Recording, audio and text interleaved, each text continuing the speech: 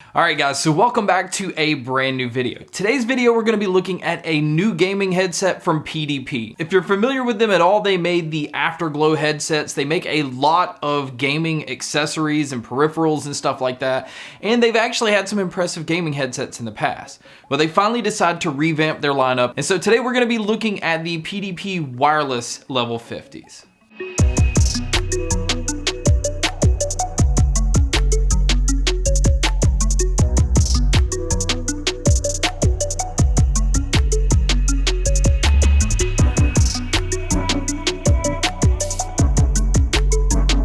Alright, so PDP sent me the PlayStation 4 and the Xbox One model, and there's just like a couple differences here and there, but not anything like too drastic. And start with the retail price of these are $79. So $80 for a wireless gaming headset is not bad at all. And considering the fact that these went through to be officially licensed PlayStation and officially licensed Xbox headsets, so that means they had to actually go through a lot of testing and a lot of things to get that seal of approval. So before we get into the actual headsets themselves, let's go ahead and check out what's inside the box. Now on both models, you get the exact same thing as far as accessories go. You get a micro USB cable for charging. These do get about 16 hours of battery life, which is not bad at all. You can get distance of about 40 feet with the wireless signal, which uses a USB dongle that's included in both of the boxes, and these do not have a wired connection at all. Now PDP did release a wired version of these as well, which I will be reviewing on a later date, but today we're going to look specifically at the wireless models. Alright, so to start showing you a little bit of the differences is the Xbox One model cable is black. Now these are really long cables, so that if you do want to use them plugged straight in with anything with a USB connection like your PC, you can. And then the PlayStation model has a gray cable. Really, there's no difference outside of that.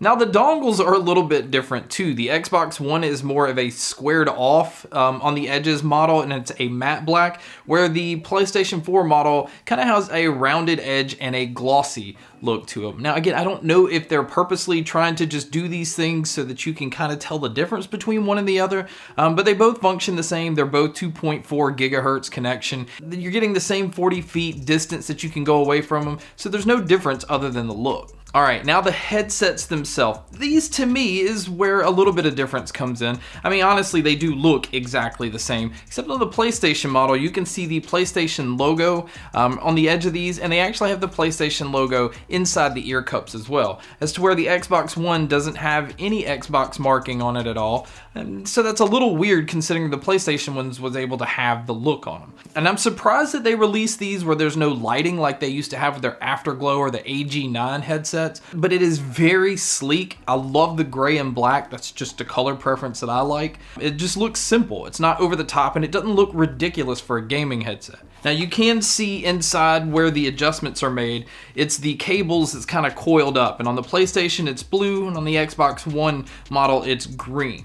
Now also inside the headband, there is a loose cable that kind of connects where the ear cups are into the headband itself. You guys know how I feel about cables inside the headband. I think that it just gives that chance of something catching onto these and pulling them and breaking them or snapping them. So I really prefer it when companies hide cables, but this does not stick out as much as others I've seen. Now there is simple PDP branding. They have a new logo, and I really like the look of this. That's on the ear cups itself. Now on the right hand side, you have your volume knob. Basically go to minimum and turn it up all the way to max. Now on the left hand side, which is where your power button is located, a mode button that lets you switch between pure audio and then a bass boost mode. I personally like the bass boost mode. It's not overwhelming, but we'll get into that a little bit later. And then you have your micro USB connection on the bottom.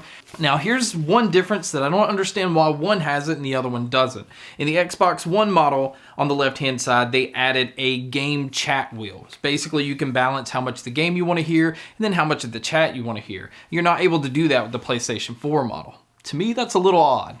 And then the microphone is not removable, so you basically have it on there all the time. You push it down to be able to use it, and then when you push it back up, it will turn your mic off. It is a bi-directional microphone, and it has this little noise canceling foam tip on the end, basically to try to cut back from some of the popping of the P's and the hissing of the S's. But speaking of the microphone, let's go ahead and do a test right here. Alright guys, so here is a mic test of the PDP level 50. This is running straight into the PlayStation. As you can tell, it picks up pretty clear. It's very tinny. It's not picking a lot of the bass tones out of my voice, but if you're just gaming online with friends, this will definitely cover that. But if you're wanting to stream on services like Twitch or YouTube, I'm not really sure that this is going to do that. All right, so now we need to talk about the sound on these. I will say, to me, the sound on both of these were identical, so I'm just going to talk about sound in general and just know that it applies to both. Now, although these are wireless, it is still stereo. It does not have 7.1 or 5.1 or whatever surround sound, but like I've said before, in gaming headsets, I always feel like the surround sound is just kind of gimmicky anyway, and the stereo sound in these are amazing. All right, so let's go ahead and talk about the fabric used on the headband and the ear pads. It's exactly the same. This is an extremely light headset, so they really didn't have to put like a whole lot of padding up top, and they didn't. The material itself is really nice. It actually, for the ear pads, causes there to be a little bit of breathability. So if you game for longer sessions, they don't get hot. It just has a little more airflow that's going through them, as opposed to where like pleather and leather ear pads, basically nothing's getting through those. Now, I will say that even though they're very soft, they still at the same time is kind of firm. Like when you put them on your head, because there's not a whole lot of clamping force, it doesn't do that thing like memory foam does where it just kind of mashes in a little bit and has that give. So at first I feel like they're a little bit stiff, but I can tell after using them for a little while they start to loosen up. But again, that's not a big deal, but if you're somebody that's more familiar with having memory foam, that is something you have to get used to. So I think for $80, this is pretty much a no-brainer on buying these if you have either one of the consoles. Now, I was also able to use these on my PC, and even using a USB-C adapter into my Nintendo Switch, I was able to use them wireless with that as well. And gaming is absolutely phenomenal. And again, I like the bass boost mode. The pure audio just kind of gives you a somewhat flatter sound signature. Definitely not flat as in studio flat. The highs are really accentuated, and they do that on purpose so that you're able to hear, directions of where people are, hear subtle sounds, and it not just blend in or be overpowered by bass. So if you want a more like competitor type sound, you probably want to stick to the pure audio.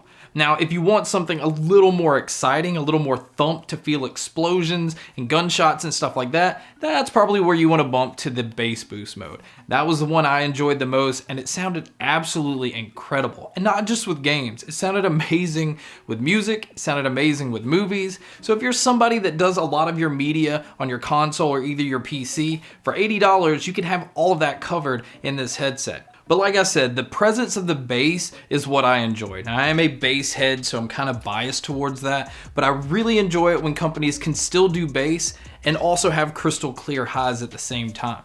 It just gives you more of that open environment, because when bass starts to overpower stuff and it sounds muddy, it sounds really closed in on most headsets, and that kind of takes away the whole environment that you're supposed to be feeling.